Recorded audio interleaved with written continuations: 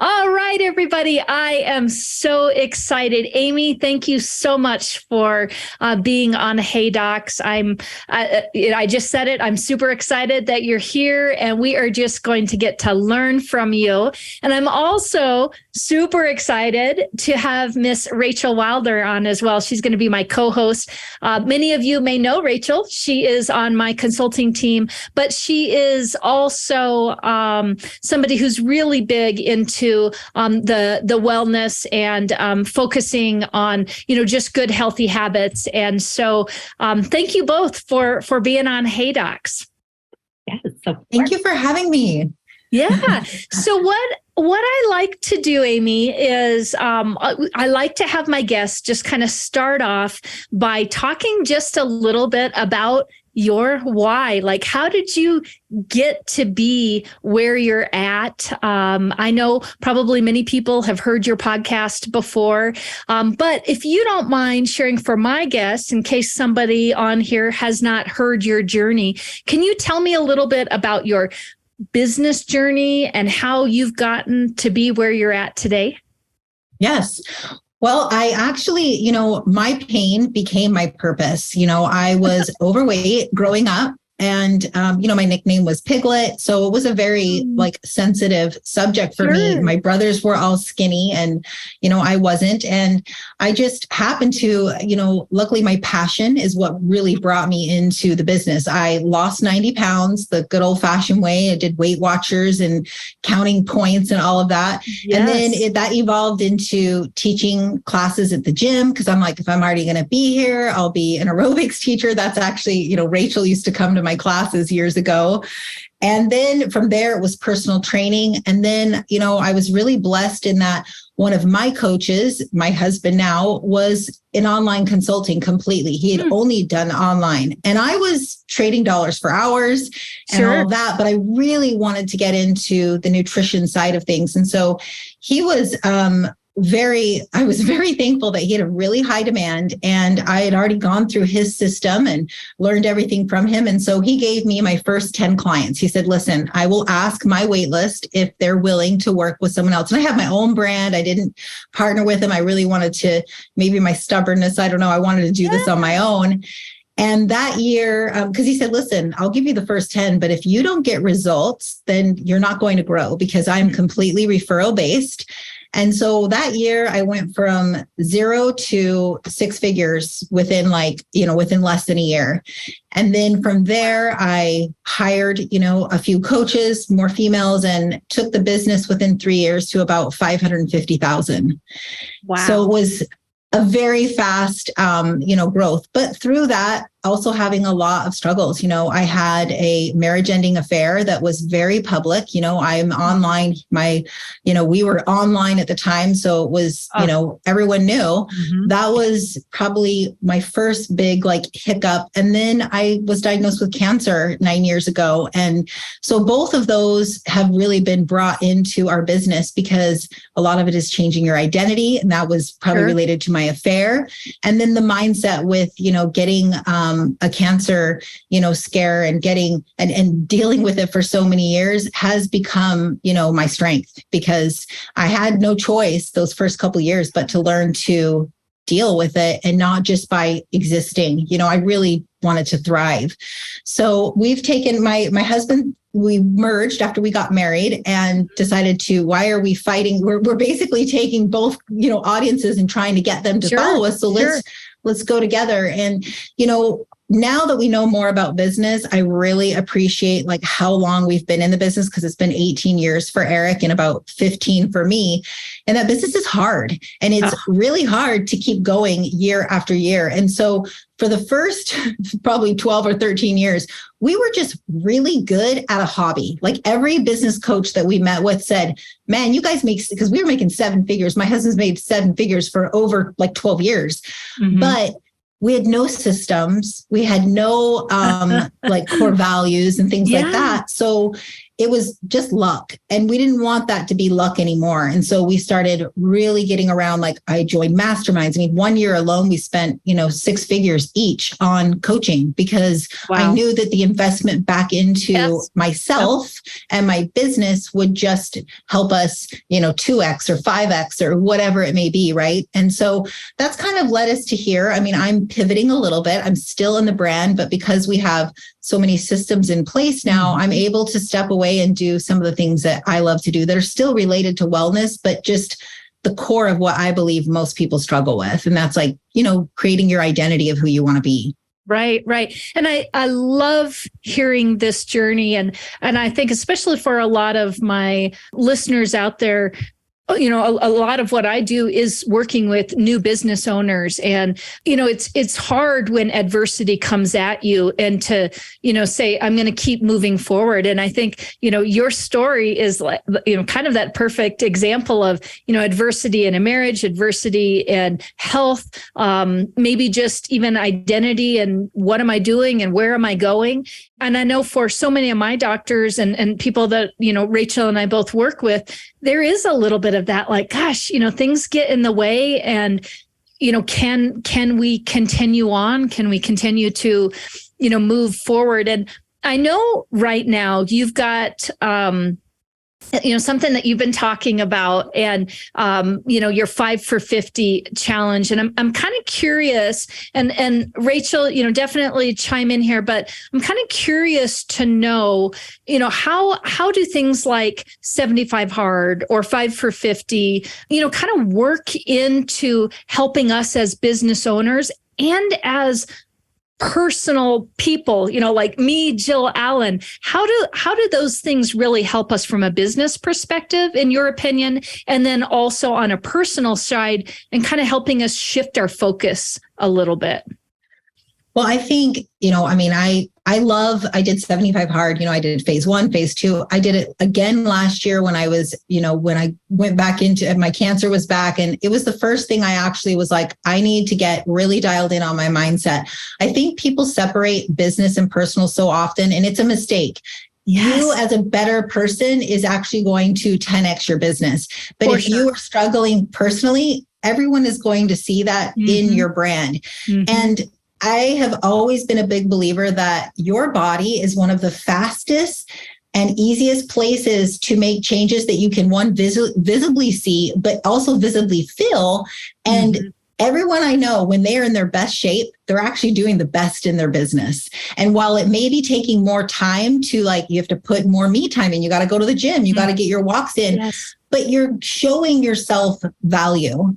And when you show yourself value, one, that's what others feel, that energy that you are worthy of your own time. I mean, I found that we're never going to have enough time as business owners. Like, if we're saying that, we just have to get over that. So it's more a matter of, okay, I have to make the me time because a better me makes me a better mom.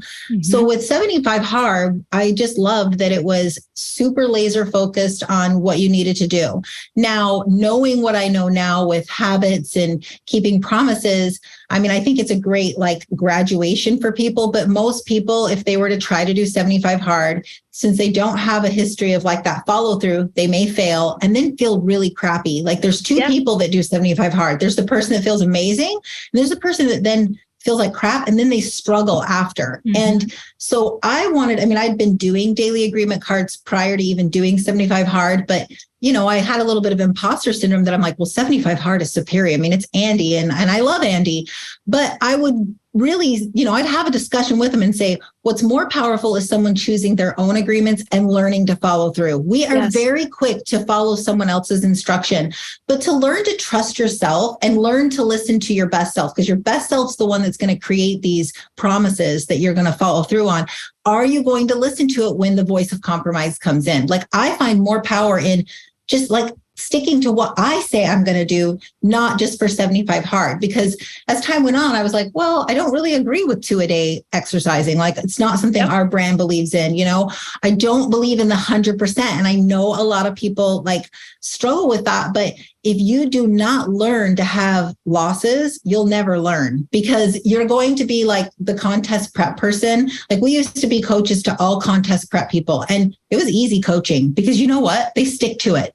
The problem is they've not shifted their identity one bit. And so a lot of them that aren't even like healthy people, like in general, they have these massive rebounds afterwards. They were great at following a program for 12 weeks, but did they change really who they were? No, they didn't. And so that is where I think things like 5 for 50, I mean, this was a reboot for me. We'd moved and it's just been crazy with our routines. And for the first time in like 1,200 days, I didn't do a DAC for almost a full month. And I share this because I was like feeling so bad about myself. Like, how can I be teaching this? But I think that's my gift, is sharing with people. Like, I have the challenges just like you. And I use my audience and my core people around me to better myself. Like, for your doctors, do a challenge in your business. Have everyone there. They can pick their own 5 things. And in fact, I would almost encourage at times to make it personal, because, I was sidetracked, but my hairdresser, I started business coaching her because I'd go in all the time and I just love like seeing where there's issues, and she was having drama at work. And I said, well, what do you do to better your team? And she's like, always like drilling on what they're doing wrong. I said, she goes, well, I want to have you come in one Saturday and we'll do like a team meeting. Well, she thought I was going to come with like drilling these people. I came with vision boards, and I said, we're creating vision boards tonight. And you need to know what your team is dreaming about, because if they don't have a vision of what they're chasing, I mean, they're not going to be chasing as the team effort, for you. And so it was really about developing them and making them feel good about themselves, because then guess what? They don't call out of sickness very often. They want to work hard when they're there. Like, there was just so much. And now fast forward, talking to her, she's like, it is crazy the difference. When I started having these monthly, like, pour into them type of meetings, they felt like I cared about them, and it's like a child. Think about a kid that wants your approval. Like, they want the attaboy and attagirl. Well, that's the same with our teams. We have meetings on Fridays, and on Fridays it is all about personal development. I'm not talking anything business with my team. I am talking about, what are your dreams right now? What are your goals? What are you chasing? What's going on at home? Because I know that if they're feeling better about themselves, I'm going to have less challenges come my way with them.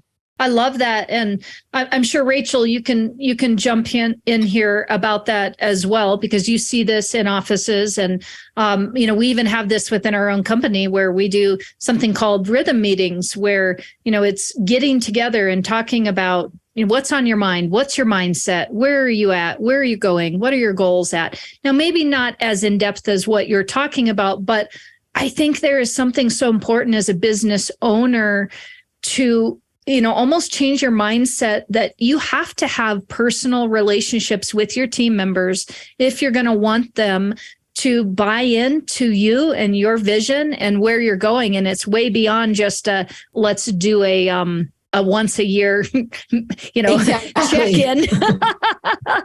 Well, I think it's really, so in our industry, I feel like over the last few years, and Joe, correct me if I'm wrong, but there's been almost this shift where our teams have gone from wanting this to be just a job to it being more of a profession, right? And I think what you're saying, Amy, really is like that key. And it's what I get from my doctors all the time. Like, what can I do to keep team members longer, right? How can I encourage them to stay? What is it, more pay? Can I just pay them more? Can I give them a bonus? Yes, money helps, obviously, right? That's what we're all doing this because we have to pay our bills. We need the money. Mm-hmm. But in the long run, what keeps them there, I think, is exactly what you're saying, that investment, taking them from just a team member or an employee to a profession. And this is kind of that shift, right? Yeah. Yes. And knowing if you listen to Tony Robbins, he talks about like the 5 human needs we all have. We want to be accepted, liked, we want contribution could be one of your things that really fire you. So getting to know your team. Like we have a team member on ours. She is not money driven at all. She is contribution. She wants to be part of a team. And that's what makes her feel fire. Whereas I have another one. She is all about significance. So she wants to, it's really good to give her the accolades. But if you don't know that and you just assume everyone is wired the way you are, you're going to make a mistake and you will have turnover and there's nothing worse than needing to go through the whole hiring process. Like it's better to work with who you have, because we've learned the hard way that I can teach you how to do anything. I really can. But if your core values don't align and your characteristics are not aligned, we're not going to work out. So we don't hire anymore on experience. I hire on you. I hire on who are you as a person. I can teach you anything and I can train you up the way that I want. But I mean, if you don't have these integral, values that we have, we're just not going to mesh. Well, and I feel like Jill with you, like that's exactly when I came to work for Jill. I feel like that's what she taught us as a team, right? Like it's not necessarily about their experience. That's not what we're always going for. It's about looking for somebody who aligns with you. So I feel like that's exactly right. Right. And when the doctors kind of look at it in that way, especially sometimes the younger doctors are like, oh, I need experience because they're a little bit nervous, right? They don't have that knowledge that maybe somebody who's been in the industry for 10, 15 years and has run, the whole front area has. And so they think they need that experience, but that's not necessarily the case. You can have somebody with all the experience in the world, but it's not going to work because their values don't align with your values. Yep. That's exactly it. So I want to circle back, Amy, to something that you said, because I don't know that all of my listeners are going to know what a DAC is. Totally. So a DAC is a daily agreement card, and we have an acronym. It's BANG. It stands for a behavior agreement, an activity agreement, a nutrition agreement, and a growth agreement. So unlike 5 for 50, where I said, listen, you choose your own agreements. They could all be nutrition related. They could all be, business related, whatever. What I have learned over the years is that having these 4 areas are 4 areas that everyone needs to have some intention, because when you're taking care of your body, one, you're going to have more energy. So you should every day have some sort of nutritional agreement. Activity. We need to be moving more. We don't move enough as a society. And there's so much research behind walking and stretching that every day you should have something in mind of like, what do I need to move? And then a behavior agreement, because we all know that, old habits don't die easily. And so this area is something, it may be the same thing on my card for 100 days that it's like, I will not overreact. And it's not going to be perfect. That's the one agreement that I do allow for gray, because you're really just trying to be better. And then the last one is a growth agreement. And this could be a personal growth one. It could be a business growth. It's the way I got my podcast out, because what I did was I first started with small, simple habits on my DAC cards. And then over time, they really become goals. They're just the steps to your goal. So like for me, once I knew that I would stick to my, I'm like, my follow throughs here. My kids know if it's on the DAC, they're like, oh, we're not going out to eat because mom already put on her DAC. There's no out to eat today. Because I taught myself, you can wait till tomorrow. Like tell your brain, you can change this tomorrow. Because a lot of us one, we've got some inner child work we need to do. And so we're already fighting like this rebellion a lot of times, especially women. If you've been you've had a dieting mother, I find sometimes when my husband's gone, I will almost sabotage, because it's like, I'm getting away. Inner Amy, that 7-year-old, is finally able to eat what she wants. Right. Yes. So I've learned that having these promises and just starting to implement other little things. Because once I knew that I'd keep my word, I'm like, whoa, I'm going to put on here that I'm going to spend 20 minutes tomorrow working on starting a podcast. And from there, within 60 days, I knew it would happen. And it's really exciting when you realize now all I just need is strategies. I know I'll do what I say I'm going to do. And there's so much power behind that. And it helps us when we get afraid, because I have a lot of imposter syndrome where I don't feel worthy or, and this is where you just do it anyways. It's on the DAC. And now I have to, when I started the podcast, I was certainly not ready, but I put those strategies on my cards. I built up enough, first you got to do a little bit of fake it till you make it. Exciting your brain about it. I would look in the mirror and really say how proud I was of myself. I do, a lot of patting my back. There's power behind all of these things that because at first people are like, big deal, I went on a walk. Why should I be celebrating that? You have to celebrate that dopamine hit so that we start to chase more of that. Because a lot of it's just patterns. If you've modeled a parent that didn't do a lot of follow through, and that was my mom, then you're just used to it's kind of like my kids when they were little, they just knew that my word didn't really matter. I'd say, oh yeah, we'll play later. And they're like, in their head, sure, because it's like Russian roulette. We don't know if she's going to do it or not. Now they really believe me. My team really believes me and I believe me. And that's what matters the most. And so over time, now I'm like 1,300 days in, I've had 191 losses. And I share that because you're never going to be perfect. And in fact, the way that the DAC works is that if you have a loss, so you've got to win all 4 areas to consider the day a win. But if you do have a loss, at the bottom of the card, you have to write 2 strategies that would have had you getting a win. And this is so that, for so many years, I've had clients just give me lip service like, oh, it was just a stressful week. I'll get back on next week. Yes. And as a I wasn't a great coach in that. I'd be like, all right, get back on, which, hey, was being a cheerleader. Now I'm like, okay, well, what will we have done different? Let's write this out because this is going to happen again. And if you have not rehearsed something in your brain, you're going to keep going back to the old cycles. So I really like writing down, the strategies, because then your loss turns into a learn. And it doesn't mean you won't slip up again, or maybe even 2 or 3 more times. But eventually your brain is like, okay, this does not work for me. And I already have another solution. I've written it down. I should have left my book by my nightstand, or I should have just put my shoes on first thing in the morning, or whatever it is to get you having those wins. And then, of course, implementing your big goals. Like I really like people to start filtering in some of those scary things on there that they've been nagging at you forever. And it will feel so good to get that done. And it just builds your confidence. Yeah. Yeah. So let me ask you, as a business owner, and, again, lots of our audience are business owners. How do you do that? Can they be in conflict or, with your personal and your business? Because I think as a business owner myself, sometimes that's my struggle is personally, here are the things I want to do. Business wise, here are the things I want to do, but they don't always align.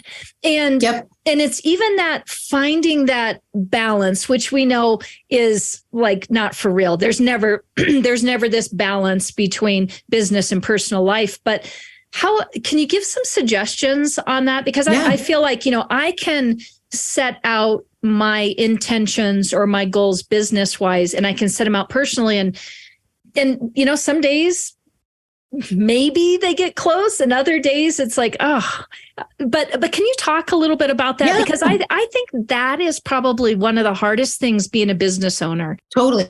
I would probably take the behavior and my growth and turn those into business related. I'm still a big believer in like my activity and my nutrition is me, because if I am personally feeling good about myself, that's actually our biggest place. Like I did it all wrong for years. I was a workhorse and this would be second. Like I would skip training. I mean, as I became a trainer, it was crazy. Like I started to skip the things that really, as much as, I'd say I don't have time, I can't afford not to do these things, because by doing them, I feel better about myself. You will have more pep to your step. You will, since you're living to yourself, it's easier than to put stuff on your team because you're doing it too. Like, know that you're following through on your stuff. And so you're like, do this.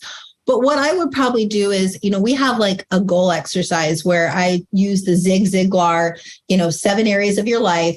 And you should always be doing this every quarter where you're ranking the areas. And so I don't believe in working on all areas at once because it's just too much. Yep. So what you do is you do your rankings, and anything like below a 6, should you pick 2 to 3 areas that you want to focus on? So like I had one for a while that my spirituality was in the tank.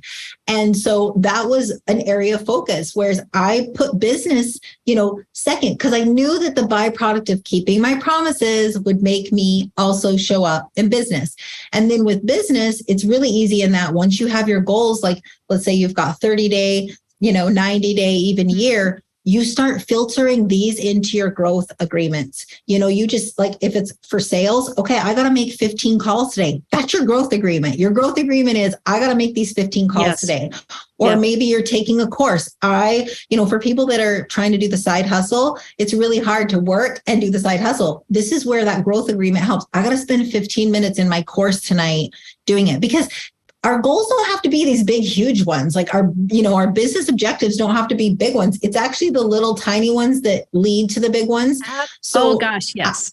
Yes. I would interject that. And then my other thing is, a team could do a business DAC, and you would just pick, 4 things. They wouldn't have to be activity and nutrition. They could just say, hey, let's all be accountable to these, even three promises. Mm-hmm. You'd be surprised how hard that can be for people, even just to keep the ones that they choose. But then it would, again, they would start to want to do things in related to their wellness. And I just, I've seen too many people over the years that it actually makes you believe so much in yourself that people change careers. They because they're like, if I can do this with myself, and they're not in the fitness, I'm talking like people that I have like an interior decorator that, she got in her best shape, and it's actually, her business has totally flourished with it. If anything, it's just gotten way better, and so it's trying to, not make the mistake that it always has to be business related, because that was always my thing. I was the workhorse that thought I need to spend time on this. Whereas I learned that even like taking a Saturday off was better. I'm better on Monday, spending less time in the business and spending more in the personal development would carry over into the business. Yeah. Yeah. And I can just speak to this just personally. One of the things that I know is if I will take time, and I'm going to go to movement, probably my best time is spent when I walk, and when I spend time just freeing my mind and letting my body work. And it's amazing even how when I'm trying to work out problems in my business, if I can just dedicate that 45 minutes, that hour to just being out there, I know that if I can commit to that, I am so much better in my business. Yes. And I think all of us have these things that it's so easy to put it aside and be like, oh, but my team comes first, or, oh, but my patients come first, or, oh, but this, and this. And we push ourselves to the back, and then we got nothing. Totally. And the walks are like twofold. Like I never was a big walker, and we are like, it is mandatory for our clients to walk every day. One, you get into that rest and digest. Entrepreneurship is stressful. Like your emotions are like this. And so, your cortisol levels can be elevated. So it's really important to have that time, whether it be at the beginning of the day or, sometimes I take 10-minute breaks during the day, but I'm like you where, sometimes I'll listen to a podcast or an Audible, but other times, honestly, it's just silent. Yep. And instead of reacting to my social media, I like get up and go out first thing. And sometimes I have the best thinking, those are the times where I really am thinking through those things. In addition, doing it at night, having a brain dump, taking the time to write down the things that you can't solve today so that you can get some sleep and get up the next day to be focused on it, Yeah.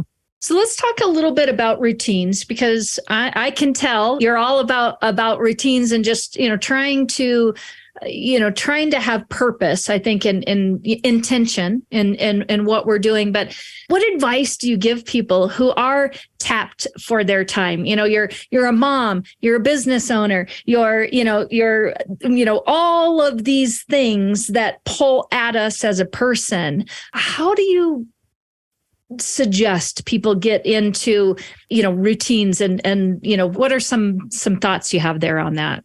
So we hired someone a couple of years ago called, his name's Craig Ballantyne, and he has a book called The Perfect Day Formula. We spent $5,000 to spend a day with him, and we basically laid out, because we were both like just feeling like we were just burnt out, didn't have enough time to also take care of the kids, plus thrive.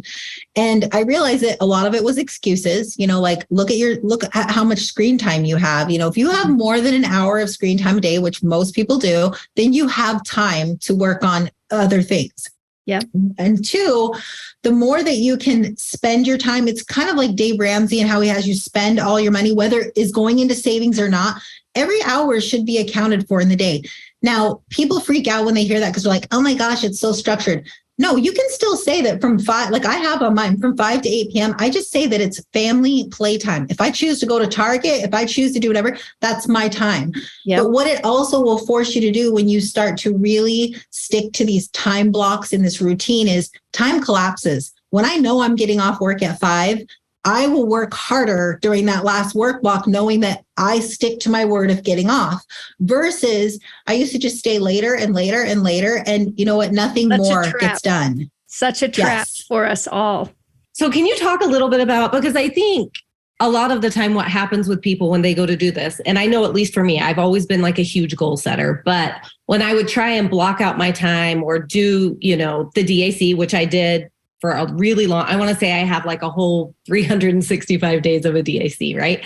In the beginning, I made it so big that it was almost overwhelming to get it done, right? So I feel like there's almost this fine line. And this is where it's been really kind of cool to watch your journey in the beginning when you first started your DACs to like where you are now with your routine and how it works.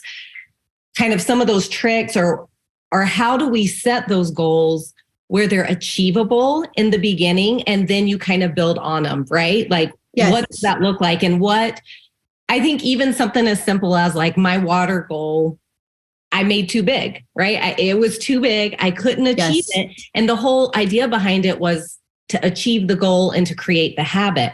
So how do you create those habits and then all of a sudden have this routine that actually works for you? I think starting with an evening routine. Like most people always hear about morning routine, but it's actually overrated because if you're not set up for your morning, you're going to be chasing it in the morning. So we have what's called a reverse alarm where my alarm at 8 p.m. goes off on my phone and it reminds me that it is time for reverse alarm time. I then have a note in my phone because your brain's going to forget. You got to be really detailed at first. Like I love how Ed Milet says, be psychotic. Like you got to be psychotic about your goals. So I would write down every day for 2 weeks what the reverse alarm included. And it might be things simple like, okay, I'm going to go brush my teeth.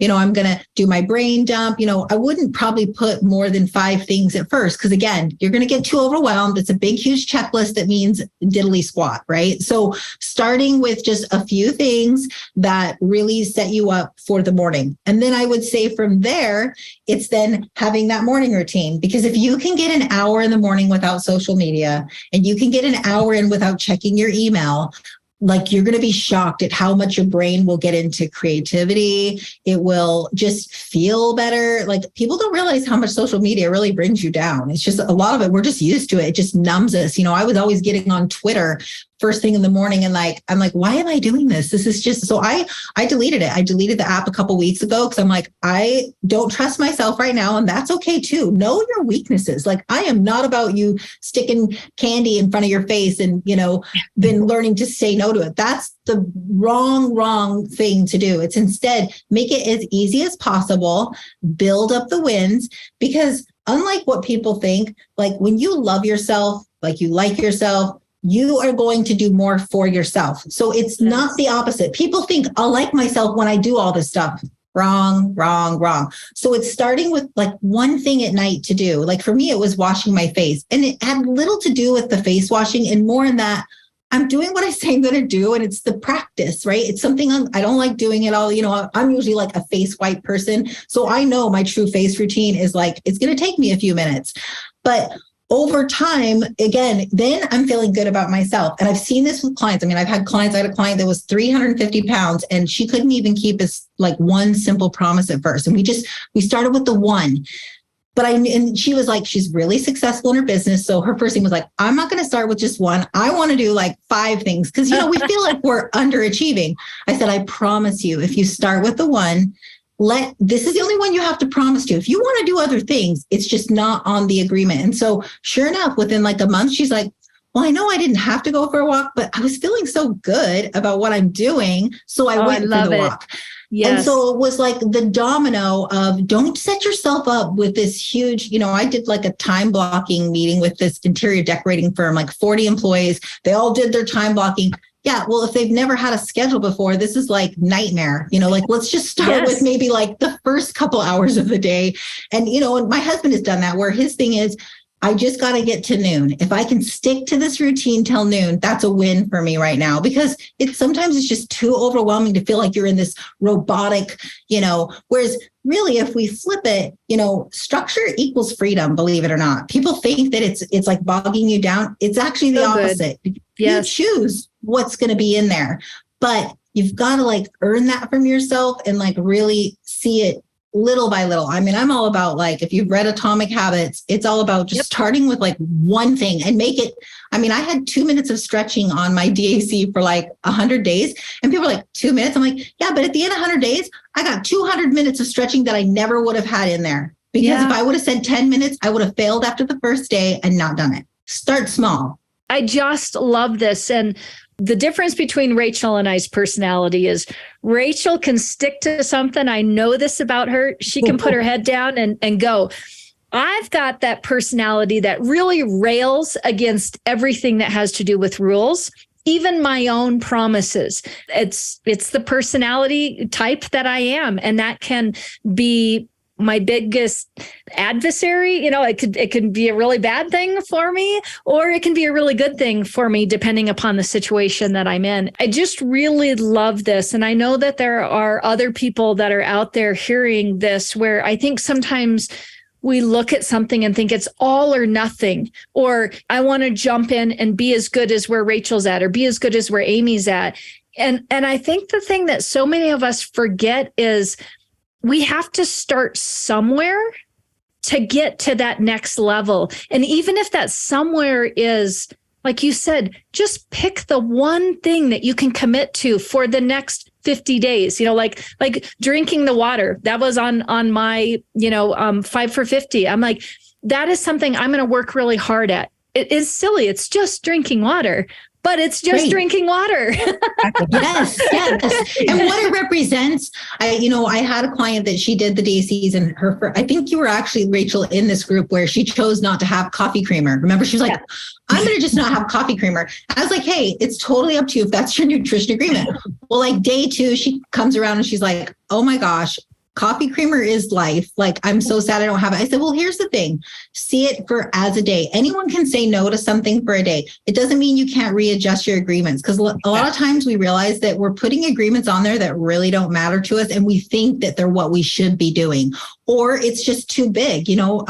My son's girlfriend put water on there, and she put that she was going to drink a gallon a day. She's never drank more than 2 liters in her life prior. So what happened was she was adamant on doing the gallon, and then a week into it, she's failing. And what does she do? She stops doing the cards. Because here's the thing. Tony Robbins talks about this all the time. We make decisions based on 2 things, pain and pleasure. That's it.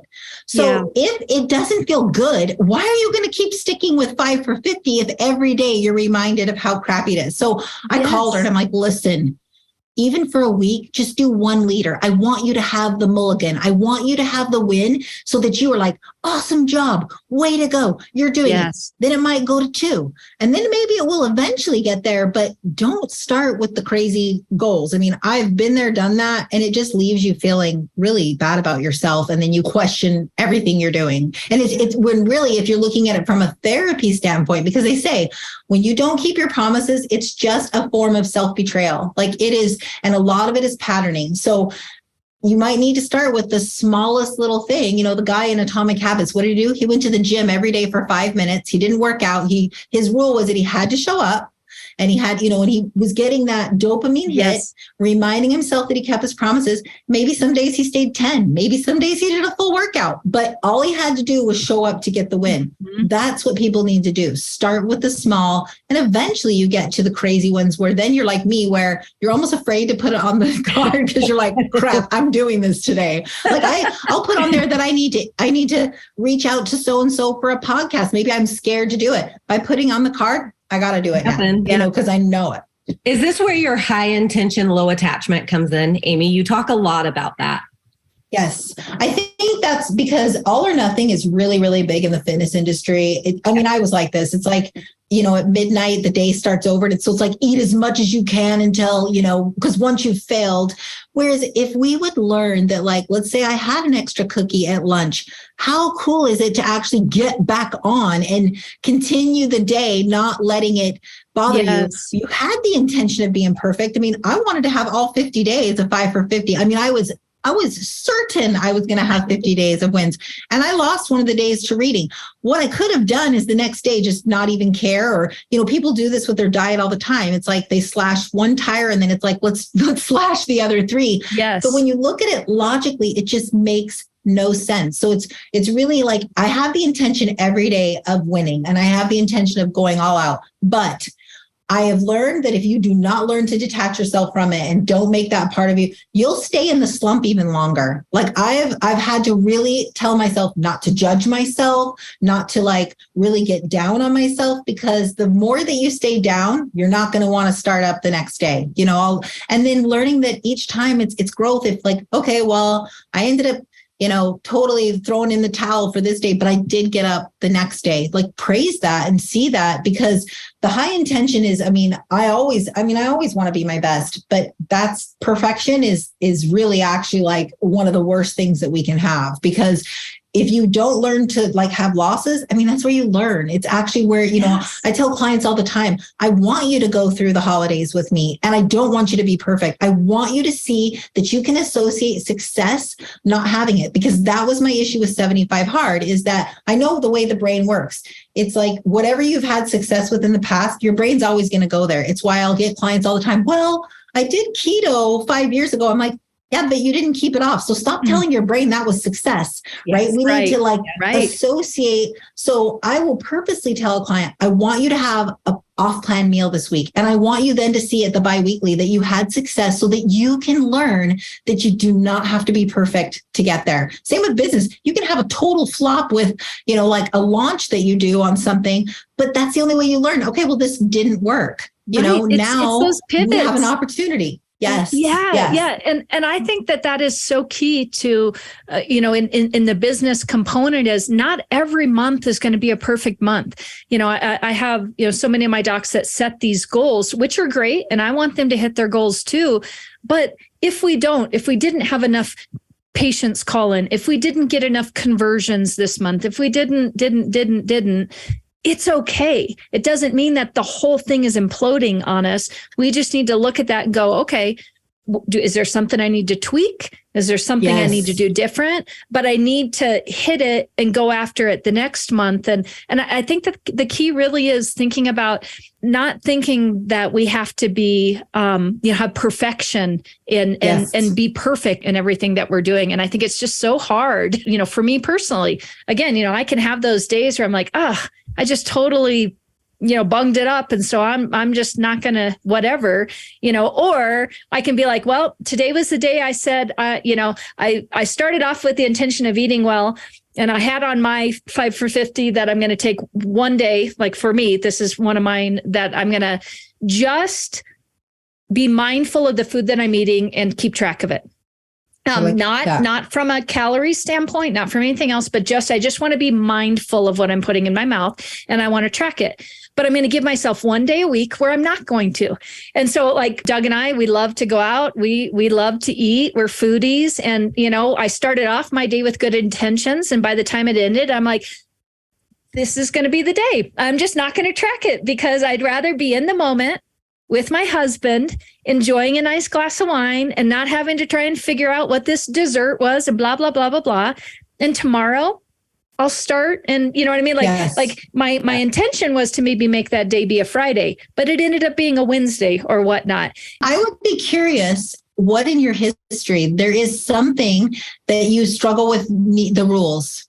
Oh, and, yes. It's like, you're not going to, and I would really, I love that because my husband is this way, like even down to like, if I'm just like, okay, let's go. We need to be there. And like, it's like, he doesn't want to be told or feel like he's in a box. Yep. And this is where the promise keeping becomes really powerful because it's less about what you said you were going to do. It's just the promise itself. It's that commitment because it's really easy for us to let our feelings, vote, right. And be like, all right, well, I'm going to do this. Right. And so I would love that for you, like to just dive into like where, like I just learned, this last couple of years, every time my husband would go out of town, that first day, it was like a kid going to the store and like getting all the things. And it's like, hello, I mean, you can't hide what you wear what you eat, you wear what you eat, right? So who am I trying to trick? And so I dove into therapy, and, my dad, they do the best they can with what they know how, but he was very judgmental about the foods that I ate growing up. Like, he'd be like, "Oh, are you sure you want to eat that?" So 7-year-old Amy comes out roaring her head when there's no men around, because it is like, I will do what I want, even though it hurts me, because like, I would just eat all the things I normally wouldn't even necessarily want. And that's where it's like, diving in, business owners need to do this too. Like, you need to really see what is it where you have your hangups, your triggers, and sharing those with your team, because there's times where I am super sensitive to things that I'm like, okay, luckily my team knows this is just like, I have this fear of rejection, and that has been my big thing, and that we're working on that. And then your team is more forgiving. They're more, helpful. And it just makes us overall better people. It all comes back to like what we dealt with in our childhood. Isn't that crazy? Well, that may be a talk for another time, because as a matter of fact, Doug just said that to me literally this week. There is something in your past that brings this up. I'm like, I know. Yes. Yeah. Which can be a power for you. Like I always say, me, like needing to it's helped me. It's been a blessing. I work really hard, but sometimes a little bit to my detriment. You know what I mean? Yep. That black and white. Yeah. Well, Amy, this has been fantastic. I'm so glad that we got to just, kind of unpack some of this here. And I know that the listeners have just been eating this up. So as we kind of finish up, I'm wondering, is there any takeaways that you want to leave with the audience? And for sure, I want you to also make sure and let us know how we can get in contact with you. If somebody wants to follow your podcast, reach out to you on a fitness level. But any last minute thoughts as we kind of conclude this episode? I would say that, confidence is a byproduct of previous performance. While yes, some of your doctors may have these financial goals and we may not hit them, what we don't realize is what makes us happy is the chase of doing it.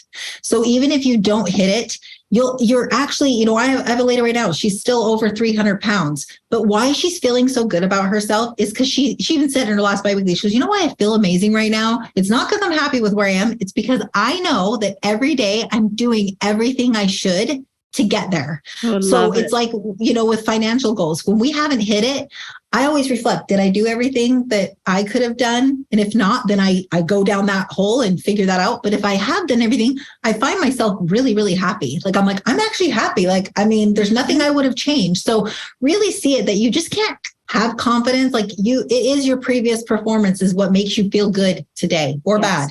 Oh, that's good. So Amy, if somebody wants to get a hold of you, if they want to find you, if they want to follow you, how do they do that?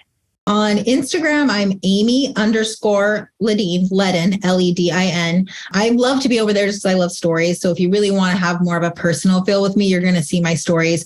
On Facebook, that's where our business is. We are Facebook. We're old.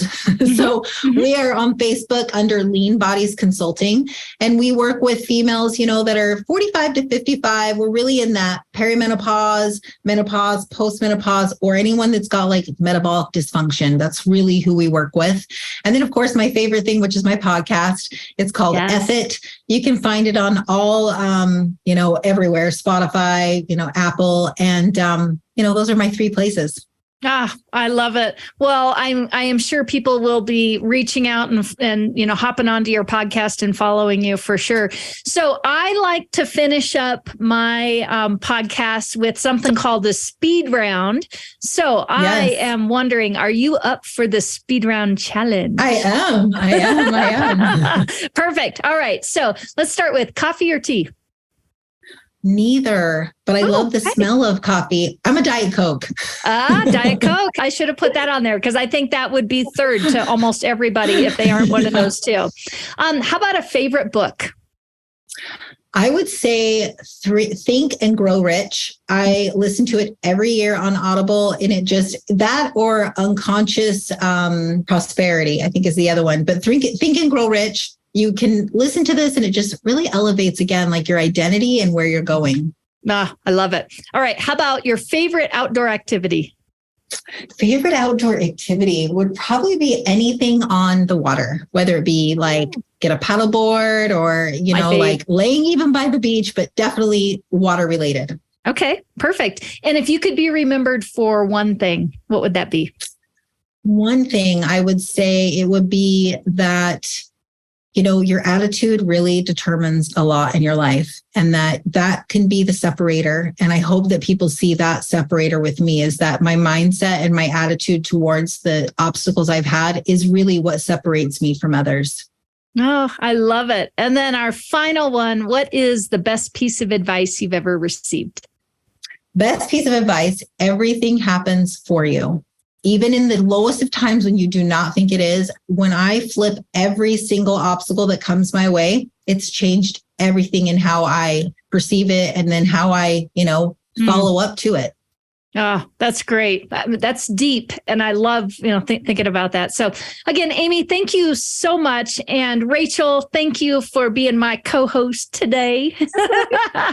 And so until next time. All right. See you guys later. Bye. Bye.